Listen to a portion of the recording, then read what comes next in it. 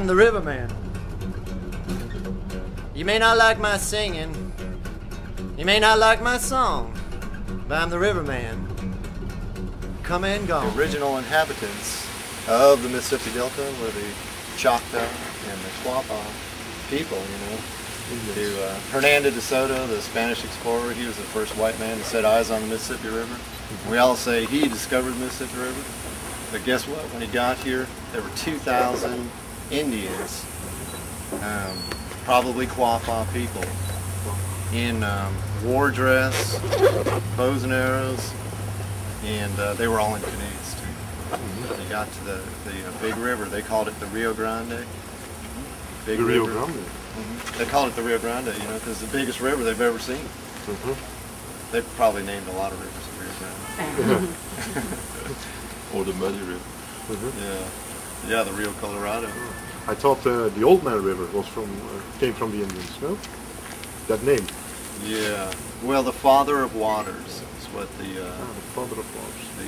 The Mississippi is derived from a Native American word Messachebi, which I think is Algonquin for Father of Waters. So, but they didn't. The Native people didn't. They didn't name a river and say this is all the Mississippi River, you know. They named their section of it, and there's other people had a different name. So there are a lot of different names for it, actually. But the Quapaw, for which we're named, it's the name of the closest landing to us here on the Mississippi. But it goes back to a nation who were a Sioux nation. All the Sioux people, you know, who we associate with Sitting Bull and Crazy Horse, and all those great warriors of the Great Plains, some of the greatest horseback riders in the world. They were actually an Eastern Woodlands nation. And they came down the Ohio River originally. And all the tribes are going to go up the Mississippi at the junction with the Ohio River. And the Omaha is one of the bands. The Tetons, the Blackfoot. And Omaha means the upstream people. You know what I'm saying? Go upstream. You know, but there was one clan within the mighty Sioux Nation. A fog settled, and things got confusing, as they often do out on the river. Mile-wide river. There's a fog, and you don't know which way is up or down. And they just started paddling and paddling, paddling. When the fog lifted, they found themselves in a strange country that no one had ever knew about before. And those were the Quapaw. And the name means the downstream people. So that's the direction we like it. A single cottonwood. And that's an old tradition, taking logs and making canoes out of it. All over the world, all the continents, people at one point were doing that. Taking their adzes and axes and hollowing them out and making a vessel to get around. Because these were our highways, these were our streets before we had the automobile, which, you know, is only in the past 100 years. The people have been building canoes for at least 30,000 years. So, and as recently as the 1930s, there was someone in Poland that was still building dugout canoes. So in Poland. And you still find dugouts in the Amazon basin, the Congo, Central and South America, and the Polynesian islands. So it's a very, very old tradition that we've kind of forgotten about. So we work with young men from Clarksdale and teach them how to build canoes, and then we take people out on the Mississippi River. This was very strong because the original landowners here needed a lot of labor to cut these forests. This was our Amazon, and you driving down the highway now and you see mostly fields, but it used to be all woods. Now it's mostly fields, and someone took out all those trees and drained all this land because it was a big swamp. And those were the people who created the blues. You know? So some of the power I like to think of, the music, comes from that enormous journey from Africa through Cuba, through all the places they came through, up steamboats or overland from Virginia and the eastern United States. And then to come to this wilderness, You know, there's nothing but trees and mosquitoes and snakes and bears and panthers.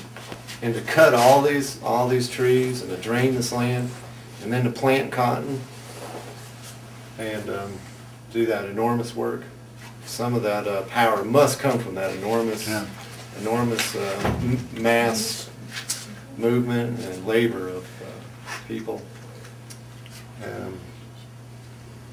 So here's the, now I was telling you, we have our choice. Here we are right here in Clarksdale. Here's Friars Point, here's Moon Lake. And so we can get in this, we'll put in our canoe right here and look how far we have to go to get to the Mississippi. These are all 4 of these. Those are French adzes. This here is this is the hungriest single, excuse me a sec. Here's a shorty.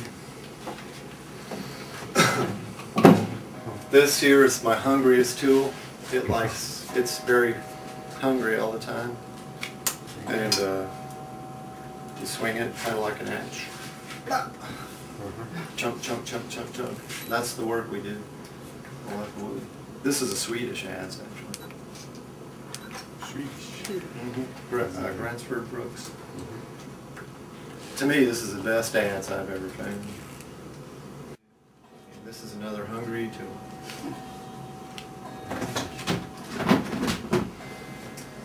So yeah, we get the log. We start with this big blade there.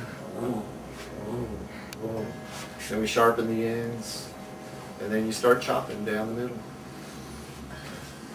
Nothing but a lot of hard work. A little piece of my history. This is me. I'm sorry I'm naked, ladies, but this is how I got to Mississippi in 1983 on a 12 by 24 foot raft. Flott.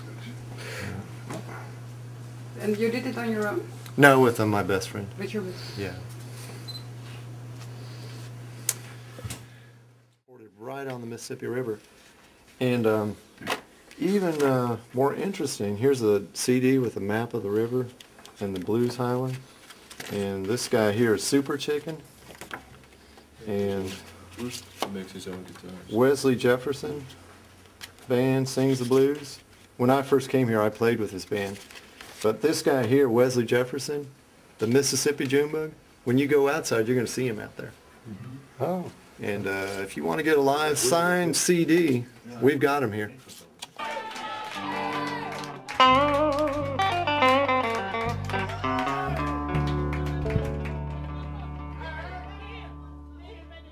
If you're down and out